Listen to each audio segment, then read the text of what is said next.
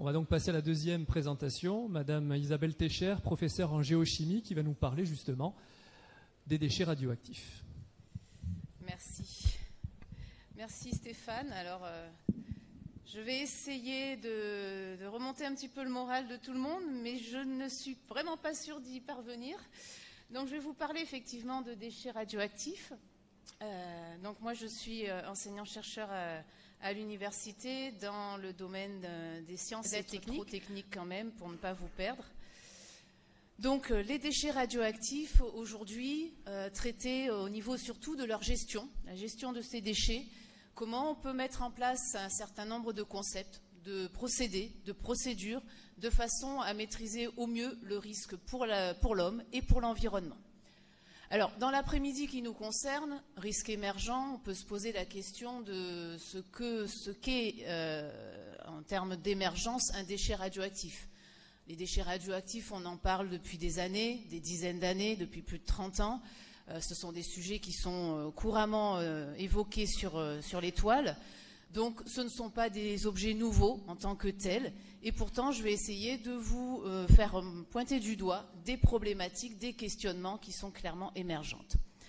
Donc, effectivement, il suffit d'ouvrir un peu les journaux, que ce soit les journaux nationaux, les journaux locaux également, ou les journaux plus techniques, plus scientifiques, pour s'apercevoir qu'il ne se passe pas 2 mois sans qu'on parle de déchets radioactifs. Ces déchets radioactifs, ils sont au cœur des débats scientifiques, au cœur des débats politiques, des débats sociétaux. On verra tout à l'heure que cela génère de nombreux conflits, tensions sociétales. Et dans ce contexte-là, moi je voulais voir avec vous, discuter avec vous de thématiques, de questionnements nouvelles, donc ce que j'ai qualifié comme des nouveaux déchets radioactifs. Que sont les nouveaux déchets radioactifs ? Je vous rassure, on n'a pas identifié de nouvelles formes de radioactivité qui viendraient mettre en danger notre société. Non, il s'agit de déchets qui, pour certains, existent déjà, qui sont même formulés depuis des dizaines d'années. Pour d'autres, sont en train d'être émis, qui vraisemblablement ou a priori auraient des filières de gestion maîtrisées, contrôlées, étudiées, évaluées, et qui pourtant posent un certain nombre de questionnements vis-à-vis de risques environnementaux, de risques pour la santé ou pour la sécurité des biens et des personnes. Donc pour aborder ce sujet, je vous propose de le faire en 3 temps. Dans un premier temps, je vais revenir sur des concepts très communs, très classiques de ce qu'est un déchet radioactif, de revenir sur les définitions qui sont clairement des enjeux dans notre société et dans la législation française. Puis je vous parlerai de 2 grandes typologies de déchets que j'identifie donc sous ce qualificatif de nouveaux déchets, que sont ce qu'on appelle les grands lots TFA métalliques ou les déchets de boue bitumée. On détaillera tout ça. Et puis un dernier temps sur une conclusion, en tout cas si ce n'est pas une conclusion, ce sera le mot de la fin. Alors pour revenir sur des définitions, sur la contextualisation de ces déchets radioactifs, déjà on va bien identifier qu'on ne parle pas de déchets nucléaires, mais bien de déchets radioactifs. Tous les déchets nucléaires ne sont pas radioactifs. Donc il faut bien déjà distinguer ces 2 terminologies. Les déchets radioactifs, il est important aussi, est intéressant de souligner qu'ils sont produits au travers de différentes activités qui sont générées par notre société et pas uniquement par l'activité électronucléaire, donc la production d'électricité comme bon nombre d'entre nous l'imaginent. Seuls 58% des déchets radioactifs sont produits par l'industrie électronucléaire. Le pourcentage restant est produit par un certain nombre assez important d'autres activités qui sont souvent des activités qui sont au profit même de notre société, comme par exemple l'industrie du médical. De nombreuses technologies pour diagnostiquer des maladies ou pour traiter des maladies s'appuient sur l'atome radioactif et donc peuvent générer des déchets radioactifs. D'autres activités de recherche, par exemple, pour caractériser des processus géologiques, chimiques, de matériaux, s'appuient également sur l'atome et donc l'atome radioactif et donc peuvent produire des déchets. Donc nous sommes tous concernés par ces déchets radioactifs, nous produisons tous des déchets radioactifs. Alors pas à la maison, au niveau des poubelles de nos cuisines, bien entendu, mais nous sommes tous acteurs de ces différents secteurs, donc acteurs de la production de déchets radioactifs. Donc actuellement, on est sur un volume, enfin une quantité de déchets radioactifs qui est de l'ordre de 2 kg de déchets radioactifs produits par Français et par an, ce qui est faible comparativement aux autres typologies de déchets, comme par exemple les déchets ménagers. On en produit plus de 500 kg par an et par habitant, ou comparativement à d'autres déchets des activités industrielles qui eux aussi sont des déchets dangereux. Donc des déchets dangereux, oui, effectivement, les déchets radioactifs sont dangereux, sont classés comme des déchets dangereux, dans le sens où ils contiennent des radionucléides. Alors là, je commence à utiliser des termes peut-être un peu plus techniques. Donc des atomes qui sont radioactifs, qui émettent donc des rayonnements, et rayonnements qui peuvent avoir un impact sur notre santé. Et la spécificité de la législation française dit que ces déchets qui sont radioactifs, qui contiennent donc ces radionucléides, ces atomes dangereux, ils vont être considérés comme dangereux, quelle que soit la quantité de ces atomes radioactifs. Donc c'est ce qu'on dit, c'est ce qu'on appelle l'absence de seuil libératoire en France, c'est-à-dire qu'à partir du moment où on soupçonne un déchet de contenir ces atomes radioactifs, à ce moment-là, il est considéré comme dangereux, quelle que soit la quantité de ces atomes. Alors, un point important aussi, c'est que dans la définition, on ne peut considérer un matériau comme étant un déchet que s'il n'y a plus aucune utilisation prévue. Et on verra que ce point est très, très important dans la suite de notre histoire. Alors cette notion d'absence de seuil libératoire en France est importante parce que je rappelle quand même que la radioactivité est un phénomène naturel et que bon nombre de matériaux autour de nous sont radioactifs. Nous-mêmes, nous sommes radioactifs. Les matériaux minéraux, les roches, les briques, les tuiles qui constituent nos maisons sont radioactifs. Les matériaux organiques, les arbres, les bois sont radioactifs. Et un certain nombre d'aliments produits à partir des végétaux sont également radioactifs. Pour exemple, ces jolies bananes sur le diaporama. Donc ces matériaux sont radioactifs et pourtant ils ne sont pas considérés comme dangereux. Nous ne sommes pas dangereux les uns pour les autres, quoique. Donc c'est quand même quelque chose qui est très spécifique à la France de considérer un déchet produit dans l'industrie nucléaire, dans une zone nucléaire, comme étant radioactif, quelle que soit sa concentration en atomes émetteurs de rayonnement.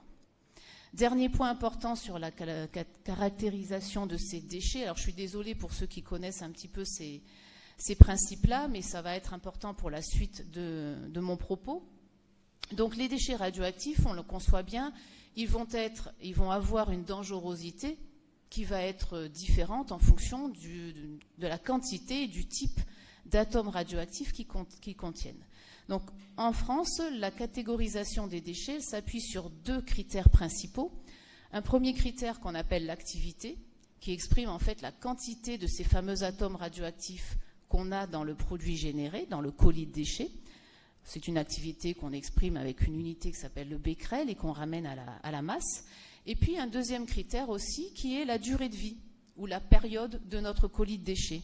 C'est-à-dire, à ce moment-là, on exprime le temps qui est nécessaire pour que la radioactivité ne représente plus un danger. Parce que l'atome est un élément, l'atome radioactif a une caractéristique, c'est de décroître en quantité dans le temps. Donc il existe un moment où cet atome radioactif n'existe plus et donc la dangerosité n'existe plus. Donc 2 critères de classification. Sur la base du premier critère, la durée de vie, on va distinguer ce qu'on appelle les déchets à vie courte. Donc ce sont des déchets pour lesquels, au bout de quelques années, quelques dizaines d'années, jusqu'à 300 ans maximum, on n'a plus de radioactivité. Et les déchets à vie longue, où là, par contre, la radioactivité, donc la radiotoxicité, est présente pendant plusieurs centaines d'années, milliers d'années, voire dizaines de centaines de milliers d'années.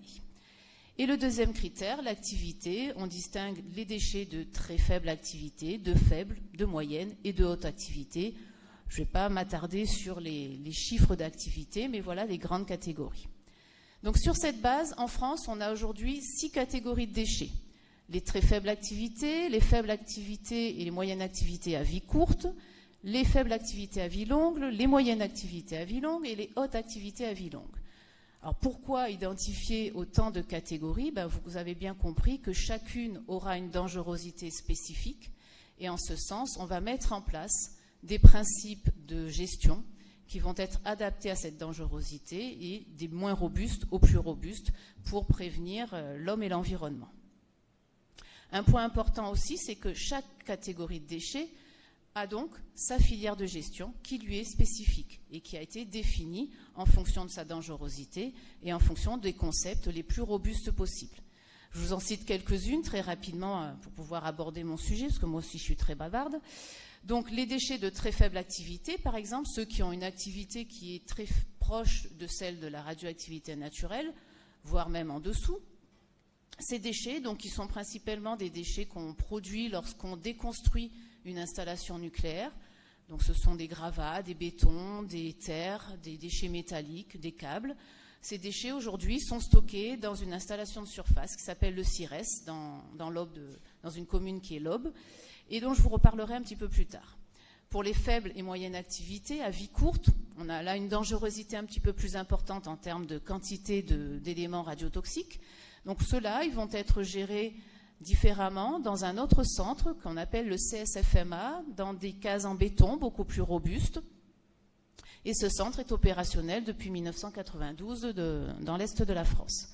Et puis, pour les déchets beaucoup plus radiotoxiques, plus dangereux, les hautes et les moyennes activités à vie longue, pour cela, on envisage un stockage en formation géologique profonde, donc à 400 mètres de profondeur, dans certains types de roches. Je ne vais pas détailler complètement ce projet qu'on appelle le projet CIGEO, qui nous sera un petit peu plus tard présenté en détail. Et enfin, la dernière catégorie, qui est celle des faibles activités à vie longue. Donc ce sont des déchets qui n'ont pas une grande dangerosité en termes de quantité d'éléments radioactifs, mais par contre, ces éléments ils seront présents pendant plusieurs milliers d'années. Donc ceux-là, ce sont des déchets qui sont un peu particuliers, ils ne sont pas en grande quantité, on n'en a que 6% de tous les déchets produits en France, mais par contre, on n'a pas encore de solution pour les gérer au mieux dans notre environnement. Alors j'aurais pu prendre le choix de vous parler de ces déchets, puisqu'ils constituent notamment des sujets qui permettent de conduire des projets au sein de l'équipe Chrome. Et moi aujourd'hui j'ai décidé de vous parler d'autres déchets qui a priori ne présenteraient pas de soucis majeurs, puisqu'ils ont des filières opérationnelles, soit les filières du centre du CIRES dans l'Aube, soit le SFMA dans l'Aube également. Des filières qui sont bien aguerries, sur lesquelles on a des procédures qui sont bien établies, sur lesquelles il y a un retour d'expérience aussi, qu'on appelle le REX, mais pourtant qui posent de nouveaux questionnements. Alors le premier exemple que je voulais prendre, c'est celui des déchets qu'on appelle des grands lots métalliques qui seront produits très prochainement dans le contexte de certains démantèlements. Alors, pour rappel, les TFA, donc les très faibles activités, donc ce sont les déchets qui ont une activité qui est parfois inférieure à l'activité naturelle.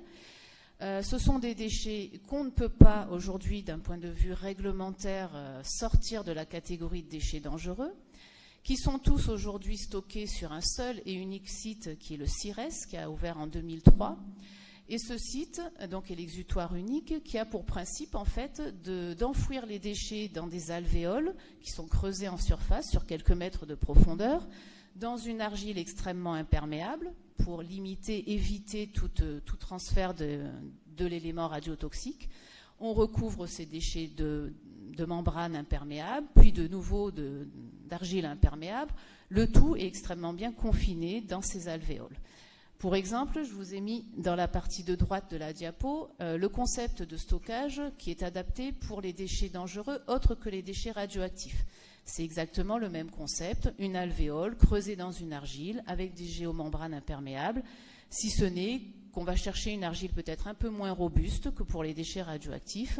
En termes d'épaisseur, les argiles pour les déchets de type TFA, on va attendre d'elles d'avoir une épaisseur de 15 à 25 mètres de façon à bien encadrer le déchet et à bien limiter les transferts, alors que pour les autres déchets dangereux, 5 mètres d'argile suffisent. Alors ce site du CIRES aujourd'hui accueille plus de 350 000 mètres cubes de déchets Et ce site est dimensionné pour une capacité de 650 000 mètres cubes de déchets. Donc aujourd'hui, enfin, les chiffres de 2017 ont montré que ce site a atteint 54% de sa capacité de remplissage. Et au vu des chiffres et des flux de déchets qui sont produits dans nos secteurs, on attend une probable saturation de ce site à l'horizon de 2020, c'est-à-dire demain. Peut-être, pour les plus optimistes, à l'horizon de 2025, si on modifie certains concepts, comme par exemple la taille de l'alvéole en largeur ou en profondeur. Mais dans tous les cas, d'ici quelques années, ce site sera saturé et il faudra réfléchir à de nouvelles solutions pour les TFA. Alors, quelle est l'origine principale de ce taux de remplissage aussi important? Ce sont ces fameux déchets métalliques de grande taille. Certaines installations vont être démantelées dans l'avenir et vont générer des déchets exclusivement de type ferraille, des métaux, qui vont avoir des tailles colossales, plusieurs dizaines de mètres de hauteur, plusieurs mètres de diamètre. On attend dans les installations qui vont être démantelées dans le futur plus de 2 millions de mètres cubes de ce type de déchets métalliques. Et les chiffres ont montré, et les mesures ont montré que près de 50% de ces déchets métalliques auront une radiotoxicité très faible, voire quasiment nulle. C'est ce qu'on appellera les TTFA, très très faible activité, ou encore les TFA administratifs. Entre parenthèses, pour nos voisins européens, ces valeurs d'activité dans nos TTFA nous permettraient de les libérer, donc de les faire déclasser, les faire passer dans la filière de déchets conventionnels. Mais en France, du fait de notre législation, on ne peut pas, et ils sont donc considérés comme dangereux. Alors, quelques exemples rapidement de ce type de TTFA à venir.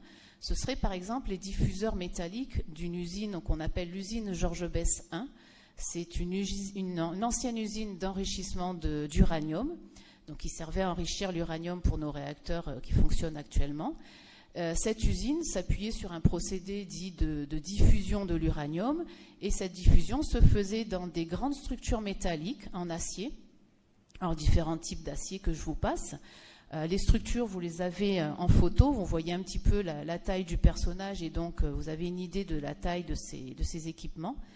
Il y avait dans cette usine Georges Besse 1 1400 étages de diffuseurs de 20 mètres de haut, plus de 5 mètres de large, qui vont générer, lorsque l'usine sera démantelée, près de 150 000 tonnes de ferraille, ce qui peut représenter 18 tours Eiffel, pour vous donner un peu un ordre d'idée.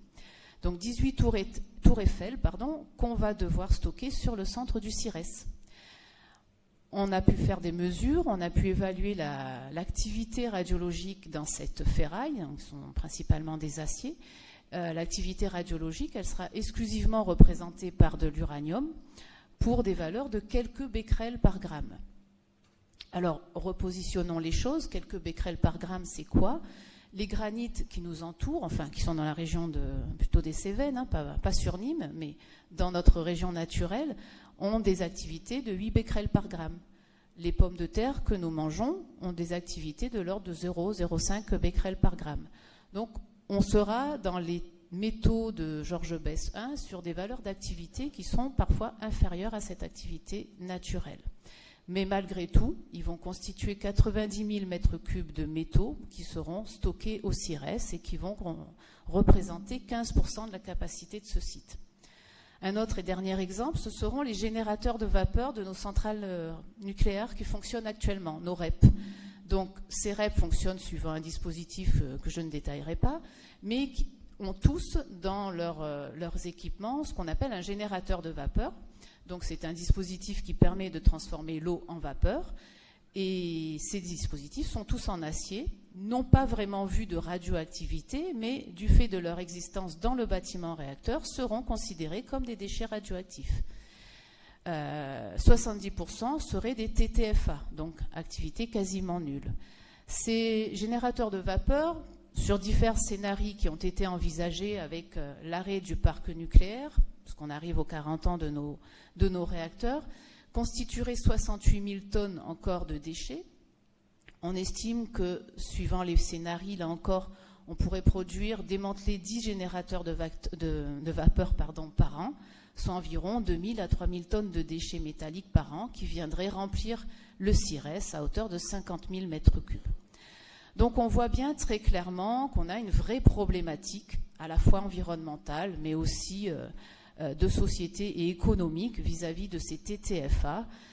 On va saturer le CIRES à l'horizon 2020 voire 2025. Ce CIRES est en plus situé d'un point de vue géographique à distance très éloignée des sites à démanteler. Donc il va y avoir du transport de matière, il va y avoir donc, on parlait de CO2 tout à l'heure, il va y avoir production de CO2. Donc très clairement, le CIRES n'est pas aujourd'hui susceptible de répondre à ces grands programmes de démantèlement que le gouvernement et que nos acteurs proposent. Donc on réfléchit au sein de l'équipe CROM et au sein des des équipes de recherche des acteurs principaux à des nouvelles pistes de gestion, faire évoluer cette gestion des TTFA. La première piste, par exemple, serait de valoriser ces métaux, donc ces aciers principalement.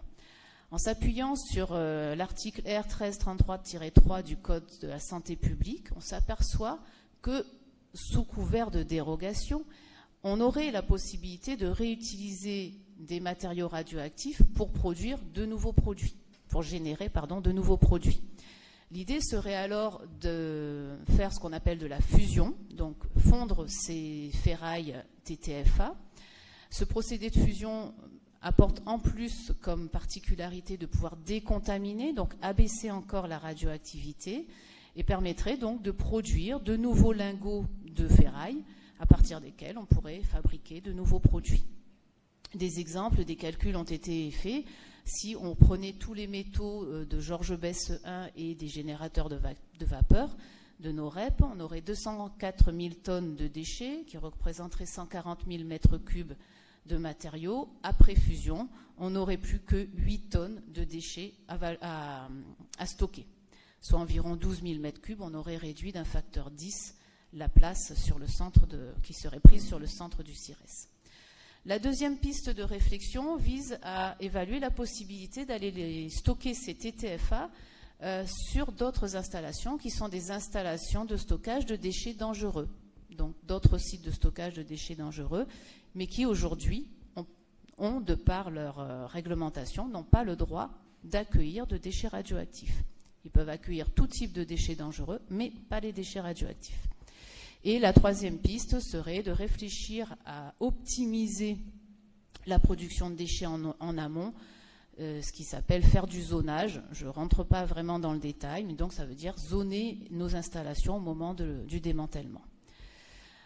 Alors aujourd'hui, je n'apporte pas de conclusion sur ce sujet, parce que vous l'aurez bien compris, on est vraiment pleinement dans les démarches de réflexion et donc d'évaluation de la faisabilité ou non de ces pistes. Concernant la valorisation d'un point de vue très technique, on sait faire de la fusion de ferraille à l'échelle conventionnelle comme à l'échelle nucléaire. Resterait à vérifier et à qualifier la décontamination qu'on peut générer. Se trouvent cependant des vraies problématiques économiques cette fois-ci, donc là qui intéressent plus votre discipline, puisque les premières études qui ont été montrées ont mis en évidence une très faible performance économique des filières de réutilisation. Il y aurait très peu de filières qui permettraient de réutiliser ou les aciers ou la fonte. Je n'ai pas parlé de la fonte, mais on peut aussi produire de la fonte qui serait générée à l'issue de cette revalorisation des métaux. Donc aujourd'hui, c'est un schéma assez négatif qui s'est dessiné. Pour le stockage dans les autres installations de stockage de déchets dangereux, on est là aussi confronté à une réglementation qui est limitante. Et puis, on aurait déplacé un peu le problème puisqu'on va saturer les installations de stockage de déchets dangereux autres que le CIRES. Et concernant l'optimisation par zonage, c'est quelque chose qu'on sait faire mais qui restera quand même très limité. Donc la question reste ouverte et justement laisse lieu à des projets de recherche au sein de l'équipe CROM. Je terminerai juste parce que je vois que le temps s'écoule. Donc par le deuxième exemple de nouveaux déchets radioactifs. Ce sont les déchets de boue bitumée, qu'on appelle aussi les déchets bitumineux. Alors il s'agit là de déchets qui existent depuis très longtemps. Ils ont été pour les premiers formulés en 1966. Il s'agit en fait de déchets formulés à partir des effluents radioactifs qui sont générés dans une industrie nucléaire. Toute industrie produit dans ses procédés des liquides. Dans l'industrie nucléaire, ces liquides peuvent être radioactifs. Donc le procédé dans l'industrie nucléaire a consisté depuis les années 1960 à traiter ces liquides radioactifs en les ajoutant à des réactifs qui permettent donc de séparer d'un côté un solide qui est très radioactif et de l'autre côté d'avoir un liquide qui lui est décontaminé, qui peut être rejeté. Et ce précipité qui était très radioactif, qu'on appelle des boues, était mélangé à des bitumes, puis coulé dans des fûts en acier que vous voyez là sur la droite de la photo, de la diapo. Donc ces fûts bitumineux, ils ont été produits dans l'industrie nucléaire. On a aujourd'hui 70 000 colis de fûts de boue bitumée. De par leurs caractéristiques, ce sont des déchets qu'on appelle les MAVL, moyenne activité vie longue. Et donc, de par les filières, ce seront des déchets qui seraient susceptibles d'être stockés en formation géologique profonde dans le fameux projet CIGEO. Il représenterait environ 18% du CIGEO. Et pourtant, pas plus tard qu'en janvier de l'année dernière, en janvier 2018, l'ASN, qui a étudié le dossier CIGEO, et notamment le stockage des colis de boue bitumée, a identifié des risques associés au stockage de ces déchets, et notamment un risque incendie.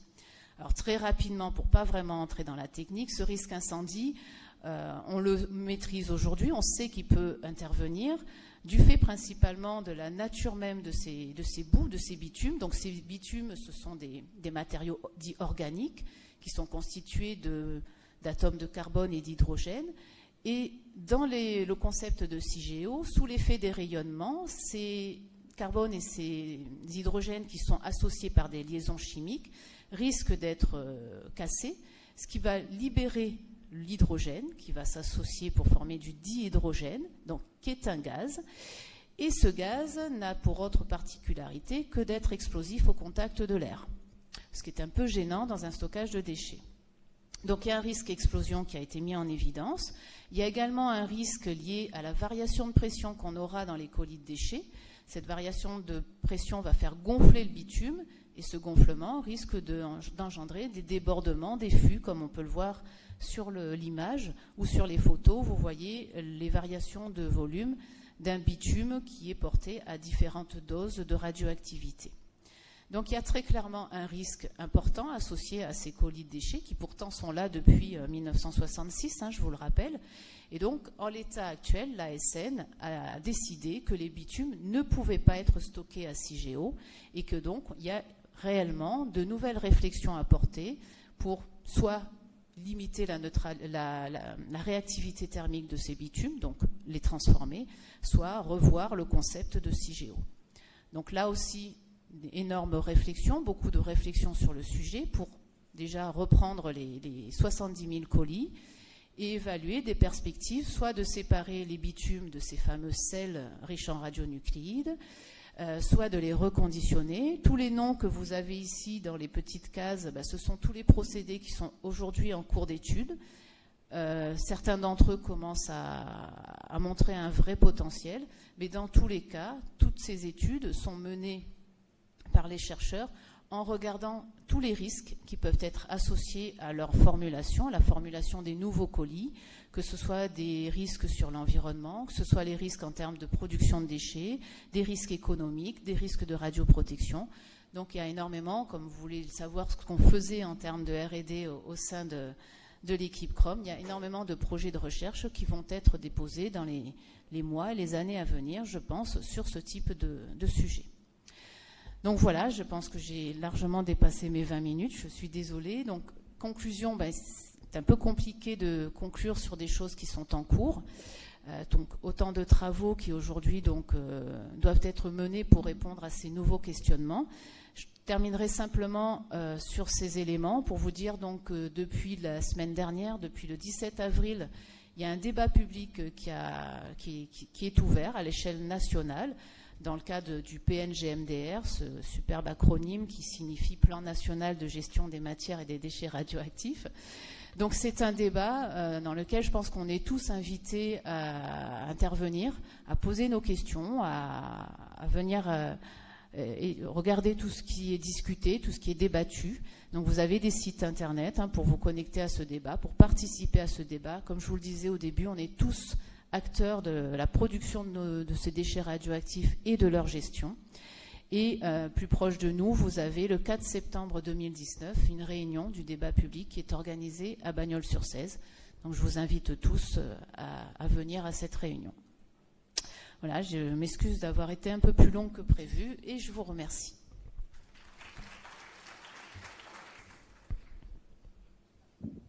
Merci Isabelle, c'était très très clair. Est-ce que vous avez des questions ? On a bien vu dans ta présentation qu'on est vraiment dans l'interdisciplinaire, puisqu'il y a la géochimie, le droit, l'économie et le management, entre autres. Tout à fait, la perception psychosociétale, donc c'est vraiment un projet pluri-interdisciplinaire. Oui, bonjour, merci pour cet exposé. Je voulais juste d'abord vous poser une question par rapport aux chiffres, parce que vous nous avez indiqué 58% par les industries nucléaires, c'est quand même beaucoup. Vous ne nous avez pas donné, bon, je pense que vous les avez, les chiffres pour le médical, pour la recherche et pour la défense. Parce que c'est plutôt là que nous, on peut intervenir. Deuxième question, est-ce que vous pensez que la recherche, en ce qui concerne tout ce que vous avez indiqué comme possibilité de transformation, de valorisation, etc., est assez importante? Et puis, comme votre prédécesseur qui a parlé de transformation de nos comportements, etc., ne pensez-vous pas qu'il faudrait plutôt aussi, en amont, réduire le tonnage de ces déchets radioactifs? Vous avez dit des millions d'années, je crois savoir qu'il y en a même qui pourront vivre des milliers, vous avez dit, des millions d'années. Alors bien sûr, vous avez dit très faible, mais il me semble que la radioactivité naturelle, qui est effectivement très faible, n'est pas du tout à la même hauteur que les déchets radioactifs que nous produisons. Juste pour terminer, tout le monde sait dans la salle que la France est un des pays, le deuxième pays le plus nucléarisé, 58 réacteurs, que de nombreux pays, j'espère que je ne suis pas hors sujet, juste 30 secondes, de nombreux pays européens en particulier s'en passent ou en sortent, comme l'Allemagne et la Belgique. Merci. Bien, je vais essayer de répondre à toutes vos questions. Je ne suis pas persuadée de les avoir toutes bien enregistrées. Alors, par rapport à la première question sur la part de production des autres secteurs, vous les avez sur la diaporama. 9% par la défense, 1% par le médical. Donc, ce sont des chiffres qui sont issus de l'ANDRA, de l'Agence nationale pour la gestion des déchets radioactifs. Ils ne vous apparaissent pas peut-être ? Ah, désolé, ils sont en orange sur la diapo, donc je ne sais pas si les diaporamas seront par la suite fournis, mais il n'y a aucun souci pour vous donner ces chiffres. Ils sont publiés sur le site de l'ANDRA et dans le dernier inventaire de l'ANDRA. Ensuite, concernant la part de la radioactivité naturelle et la classification des déchets radioactifs, je l'ai dit et je le répète, les TFA, donc on va jusqu'à des valeurs de 100 becquerels par gramme dans les colis de déchets. On ne parle pas du déchet en lui-même, on parle du colis de déchets. La radioactivité naturelle, bien entendu, elle est en dessous de ce 8 becquerels par gramme dans la majorité des matériaux, mais on a des sites où on a ce qu'on appelle de la radioactivité naturelle renforcée, où on peut avoir des concentrations plus importantes d'uranium, par exemple, ou de radon, où on a des gammes de radioactivité qui peuvent atteindre ces valeurs-là. Donc les TFA, pour certains d'entre eux, en tout cas, et ceux que j'ai signifiés ici, sont sur des valeurs, je l'ai dit et je le répète, inférieures à la radioactivité naturelle. Pas tous, puisqu'on va jusqu'à la valeur de 100 becquerels par gramme. Ensuite, réduire en amont. Et comme je l'ai dit, aujourd'hui, il y a énormément d'efforts qui sont mis en œuvre au sein chez les principaux acteurs, responsables et maîtres d'œuvre des activités de démantèlement, pour faire ce qu'on appelle du zonage. Donc, identifier des zones à déchets conventionnels et des zones à déchets nucléaires. Ensuite, on a des approches qui fait que le zonage, on ne peut pas être aussi fin que ce qu'on pourrait être, par exemple, dans un diffuseur comme les diffuseurs de Georges Besse 1. On ne peut pas zoner les différentes parties du diffuseur. On va avoir une zone qui correspondra au diffuseur en lui-même. Donc le zonage est une solution à la réduction du volume de déchets, mais à mon sens, n'est pas la seule solution à mettre en place. Pardon. Oui, tout à fait.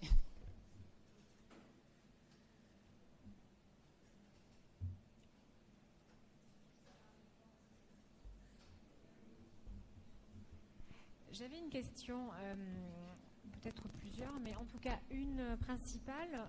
Quels sont les arguments avancés par le législateur qui justifient finalement cette résistance à la faisabilité peut-être de revoir ces seuils réglementaires, puisqu'il semblerait que les TTFA ne représentent pas de danger à proprement parler et qui pourraient justifier d'autres modes de stockage? Très bonne question. Alors, je ne suis pas du tout juriste, mais je pense qu'un des éléments fondamentaux, c'est qu'il est beaucoup plus difficile de revenir sur des choses qui ont été établies dans les sens les plus rassurantes possibles que dans le sens inverse. Donc, à partir du moment où on a mis en place une procédure qui est des plus poussées, le faire à une marche arrière est toujours compliqué. Mais c'est une des perspectives d'évolution aujourd'hui des mentalités, c'est de éventuellement réfléchir à une révision de la législation. Et qui passerait notamment par une écoute plus attentive des politiques à l'égard des recherches scientifiques aussi. Je pense que c'est plus. Je pense que c'est plus à l'échelle de la société. On est dans le domaine, voilà. Je pense que Carole, qui va intervenir juste après, va.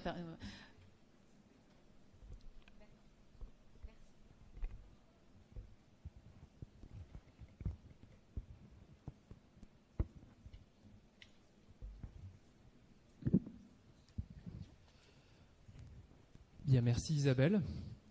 Nous allons continuer toujours sur le thème du nucléaire avec maintenant du point de vue de la société. Le nucléaire peut faire émerger des tensions, des conflits.